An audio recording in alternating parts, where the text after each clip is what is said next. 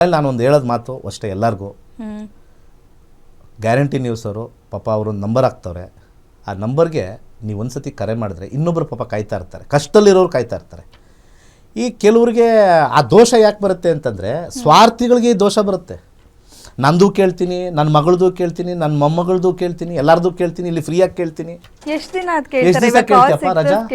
ನಾನೇನೋ ಇವತ್ತು ಟಿ ವಿಲಿ ಇಲ್ಲಿ ಬಂದೆ, ನಂದು ಟೈಮ್ ಚೇಂಜ್ ಆಯಿತು, ಇನ್ನೊಂದು ಚೇಂಜ್ ಆಯಿತು, ಸಾಯಂಕಾಲ ಬರ್ತೀನಿ, ಬೆಳಗ್ಗೆ ಬರ್ತೀನಿ, ಅವಾಗ ಎಲ್ಲಿ ಹುಡುಕ್ತೀಯ? ನಾಗರಿಕರಾಗ್ರಿ ಸ್ವಲ್ಪ, ಅರ್ಥ ಆಯ್ತಾ? ಅದಕ್ಕೆ ಎಷ್ಟೋ ಜನ ಜ್ಯೋತಿಷರು ಕಾಲ್ಸ್ ತಗೊಳ್ಳಲ್ಲ, ಕೆಟ್ಟದ್ದು ಹೇಳ್ಬಿಟ್ಟು ಹೊಟ್ಟೋಗ್ತಾರೆ ಬರಲಿ ಅಂತ. ನಾನು ಹಂಗೆ ಮಾಡಲ್ಲ. ಎಷ್ಟು ನಿಜಾಯಿತಿ ಇದೆಯೋ ಅಷ್ಟು ನಿಜಾಯಿತಿ ಕೊಡ್ತೀನಿ. ನಿಮಗೆ ನಿಜಾಯಿತಿ ಅರ್ಥ ಆಗಬೇಕು ಅಂತಂದರೆ ಜ್ಯೋತಿಷ್ಯ ಕಲೀಲೇಬೇಕು. ಅದಕ್ಕೆ ನಾನು ಜ್ಯೋತಿಷ್ಯದ ಫೀಸ್ ಎಷ್ಟು ಕಮ್ಮಿ ಇಟ್ಟಿದ್ದೀನಿ ಅಂದರೆ ABCD ಕಲಿಯೋಕ್ಕೂ ನೀವು ಲಕ್ಷಾಂತರ ರೂಪಾಯಿ ಕೊಡ್ಬೇಕ್ರಿ. ಎಲ್ಲ ಈ ಸಾಫ್ಟ್ವೇರ್ ಅವರು ಇವರು ಎಲ್ಲ ಅಲ್ಲಿ ರೂಮಲ್ಲಿ ಮಲಗಿರ್ತಾರೆ, ವಯಸ್ಸಾದವ್ರು ನಮ್ಮ ಮುಂದೆ ಕೂತಿರ್ತಾರೆ. ನಾನು ಅವ್ರಿಗೆ ಹೇಳಿರ್ತೀನಿ, ಅವ್ರಿಗೆ ಯಾವ ಮದುವೆ ಆಗೋ ಒಂಥರ ಟೈಮೂ ಇಲ್ಲ, ಮಕ್ಕಳು ಮಾಡ್ಕೊಳ್ಳೋ ಟೈಮ್ ಮುಗಿದೋಗಿದೆ, ಮನೆ ಕಟ್ಟಿ ಮುಗಿದೋಗಿದೆ, ಇನ್ನೇನೂ ಇಲ್ಲ. ಸುಮ್ಮನೆ ಅವ್ರ ಮಕ್ಕಳ ಬಗ್ಗೆ ನನ್ನ ಹತ್ರ ಜಾತಕ ಕೇಳಿ, ನನ್ನ ಹತ್ರ ವಿಚಾರ ಕೇಳಿ ಅವ್ರಿಗೆ ಹೇಳ್ತಾರೆ. ಅವ್ರಿಗೆ ಅರಳೋ ಮರಳೋ ಅವ್ರಿಗೆ ಆ್ಯಕ್ಚುಲಿ ಜ್ಯೋತಿಷ್ಯದ ಮೇಲೆ ಎಲ್ಲಿಂದ ಬರುತ್ತೆ? ಇದನ್ನು ತಿಳ್ಕೊಬೇಕಾಗಿರೋರೇ ಯಂಗ್ಸ್ಟರ್ಸ್. ನನಗೊಂದು ಖುಷಿ ಅಂದರೆ ಈ ಕೇಳಿರ್ತಕ್ಕಂಥ ಜ್ಯೋತಿಷ್ಯ ಶಾಸ್ತ್ರದಲ್ಲಿ ಒಂದು 20% ಪೋಷಕರಿದ್ದಾರಲ್ಲ, ಅವ್ರ ಮಕ್ಕಳಿಗೆ ತುಂಬ ಒತ್ತಾಯಿಸಿದ್ದಾರೆ.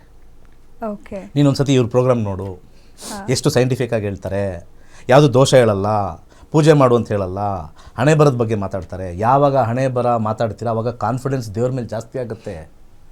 ಈಗ ನಿಮ್ಮ ಜಾತಕದಲ್ಲಿ ನೋಡಿಕೊಂಡು ನನಗೆ ನೆಕ್ಸ್ಟು ಏನೋ ಒಂದು ಗಂಡಾಂತರ ಇದೆ ಅಂತ ಅದು ಬರುತ್ತೆ, ಅದಾದಮೇಲೆ ಚೆನ್ನಾಗಿದೆ ಅಂತ ಬರುತ್ತಲ್ಲ, ಆವಾಗ ದೇವರ ನಂಬ್ತೀರಾ, ದೇವರ ಆಟವನ್ನು ನಂಬುತ್ತೀರಾ, ಕರ್ಮಫಲವನ್ನು ನಂಬುತ್ತೀರಾ. ಅದು ಬಿಟ್ಬಿಟ್ಟು ನಿಮಗೆ ಪ್ರಾಬ್ಲಮ್ ಬಂದಿದ ತಕ್ಷಣ ಅವನು ಯಾವನೋ ಕೂತಿರ್ತಾನಲ್ಲಿ ಪೂಜೆ ಗೀಜೆ ಮಾಡಿಸಿ. ಇವತ್ತು ಎಲ್ಲ ಶ್ರಿಂಕ್ ಆಗ್ತಾ ಇದೆ, ನಮ್ಮ ಧರ್ಮ ಶ್ರಿಂಕ್ ಆಗ್ತಾ ಇದ್ದಾಗ ಯಾವ ಪೂಜೆನೂ ನಿಲ್ಲಿಸೋಕ್ಕಾಗ್ತಾಯಿಲ್ಲ ನಿಮ್ಮ ಕೈಯಲ್ಲಿ. ಧರ್ಮ ನಮ್ಮದ್ರಲ್ಲಿ ಭಗವದ್ಗೀತಾ ಹೇಳ್ತಕ್ಕಂಥವ್ರು ಯಾರು? ಎಲ್ಲರೂ ಒಬ್ಬರು ಹೆಸರು ಹೇಳಮ್ಮ, ಯಾರಿದ್ದಾರೆ? ರಾಮಾಯಣ ಹೇಳ್ಕೊಡೋರು ಯಾರು ಇದ್ದಾರೆ ಪುಸ್ತಕದಲ್ಲಿ? ಬೇರೆ ಬೇರೆ ಧರ್ಮದಲ್ಲಿ ಪುಸ್ತಕ ಇಟ್ಕೊಂಡು ಪುಸ್ತಕದಲ್ಲಿ ಹೇಳ್ಕೊಡ್ತಾರಲ್ಲ ಹಿಂಗಿದೆ ಅಂತ ಅವ್ರವ್ರ ಧರ್ಮದಲ್ಲಿ. ನಮ್ದು ಯಾವ ಪುಸ್ತಕನೂ ಇರಲ್ಲ, ನಮ್ಮಲ್ಲಿರೋದೇ ಪಂಚಾಂಗ ಗ್ರಹಗಳು, ನಿಮಗೆ ಪ್ರಾಬ್ಲಮ್ ಇದೆ ಅಂತ. ಅವ್ರು ಯಾವ ಪ್ರಾಬ್ಲಮ್ಮೂ ಇರೋಲ್ಲ, ನಾವು ಹಿಂಗೇ ಇರಬೇಕು, ನಾವು ಹಿಂಗೇ ನಡಿಬೇಕು ಅಂತ ಅವ್ರು ಹೇಳ್ಕೊಡ್ತಾರೆ. ನಮ್ಮವ್ರು ಹಂಗಲ್ಲ, ನಮ್ಮವರು ಧರ್ಮಗುರುಗಳು ಅಥವಾ ನಮ್ಮ ಧರ್ಮಗಳು ಅಂದರೆ ನಾವು ಜ್ಯೋತಿಷ ಅಂತ ತಿಳ್ಕೊಂಬಿಟ್ಟಿವಿ. ಅರ್ಥ ಆಯ್ತಾ? ಆಮೇಲೆ ಇಲ್ಲಿ ಧರ್ಮದ ಒಂದೇ ಇಲ್ವಲ್ಲ, ಒಬ್ರೊಬ್ರು ತ್ರಿಮಸ್ತರು ಅಂತಿದ್ದಾರೆ, ಮೂರು ದಾರಿ ಅವ್ರದ್ದು. ತ್ರಿಮಸ್ತರು ಅಂದರೆ ಈ ಬ್ರಾಹ್ಮಣರಲ್ಲಿ 3 ಜನ ಇದ್ದಾರಲ್ಲ, ಅವ್ರು 3 ದಾರಿ. ಒಬ್ರು ಅವ್ರು ಹೇಳ್ತಾರೆ, ಒಬ್ರು ಇವ್ರದ್ದು ಹೇಳ್ತಾರೆ, ಒಬ್ರು ಅವ್ರದವ್ರದ್ದು. ಅದೇ ಕನ್ಫ್ಯೂಸ್ ಆಗೋದು, ಒಬ್ಬೊಬ್ರು ಒಂದೊಂದು ಹೇಳ್ತಾರಲ್ಲ, ಹಾಗಾಗಿ ಟ್ರಸ್ಟ್ ಬರಲ್ಲ. ಒಬ್ರು ಹಿಂಗ್ ನಾಮ ಹಾಕಿದ್ರೆ ಒಳ್ಳೇದಾಗುತ್ತೆ, ಒಬ್ರು ಹಿಂಗೆ ಹಾಕಿದ್ರೆ ಒಳ್ಳೇದಾಗತ್ತೆ, ಒಬ್ರು ಹಿಂಗೆ ಹಾಕಿದ್ರೆ ಒಳ್ಳೇದಾಗುತ್ತೆ. ಎಲ್ಲರೂ ಬಂದು ಡಿವೈಡ್ ಮಾಡಿದ್ರೆ ಹೊರತು ಒಂದು ಮಾಡೋಕ್ಕೆ ಯಾರೂ ಬರಲಿಲ್ಲ ಅಂತ ನನ್ನ ಅಭಿಪ್ರಾಯ, ನನ್ನ ವೈಯಕ್ತಿಕ ಅಭಿಪ್ರಾಯ ಇದು. ಎಲ್ಲ ಗುರುಗಳು ಬಂದರು, ಅವ್ರವ್ರದ್ದು ಹೇಳಿದ್ರು, ಹಿಂದೂಗಳನ್ನ ಒಂದು ಮಾಡೋಕ್ಕೆ ಯಾವುದೂ ಇಲ್ಲ. ಅದೇ ನಾವು ಬೇರೆ ಧರ್ಮದ ಮಾಡಿದ್ರೆ ಒಂದೇ ಸಬ್ಜೆಕ್ಟು, ಅದು ಖುಷಿ ಅನಿಸುತ್ತೆ.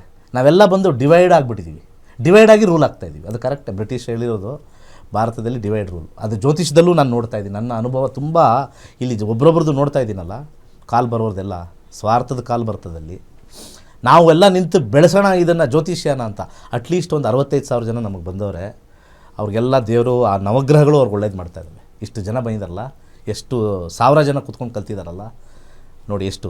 ಇನ್ನೂ ಬನ್ನಿ ಕಲೀಲಿ ಅಂದರೆ ಆನ್ಲೈನ್ ಬರಬೇಕಾ, ಆಫ್ಲೈನ್ ಬರಬೇಕಾ, ಡೆಲ್ಲಿಗೆ ಬರಬೇಕಾ, ಬಾಂಬೆಗೆ ಬರಬೇಕಾ? ಕಲಿಯೋ ಇಂಟ್ರೆಸ್ಟ್ ಇದ್ದರೆ ಎಲ್ಲ ತಿಳ್ಕೊಂಡಿರ್ತಾರೆ. ಇಂಟ್ರೆಸ್ಟ್ ಇದ್ದರೆ ಎಲ್ಲ ತಿಳ್ಕೊಂಡಿರ್ತಾರೆ. ಅವ್ರಿಗೆ ಇಂಟ್ರೆಸ್ಟ್ ಇಲ್ಲ, ಸುಮ್ಮನೆ ನಾನು ಕೇಳಿದ್ದಕ್ಕೆ ಗುರುಗಳಿಗೆ ಯಾವಾಗಲೂ ಕೂಡ respect to the guru teachers will take care of you. ಇದು ತಿಳ್ಕೊಳ್ಳಿ.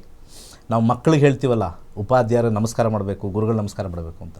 ಇಲ್ಲಿ ಗುರುಸ್ಥಾನದಲ್ಲಿ ನಾನು ಕೂತ್ಕೊಂಡಿದ್ದು ನಿಮಗೆ ಧರ್ಮ ಪ್ರಚಾರ, ಜ್ಯೋತಿಷ್ಯ ಪ್ರಚಾರ ಮಾಡ್ತಾಯಿದ್ದೀನಿ ಅಂದರೆ ನೀವುಗಳು ಕೇವಲವಾಗಿ ತಗೊಳ್ತಾ ಇದ್ದೀರಾ ಕೆಲವರು.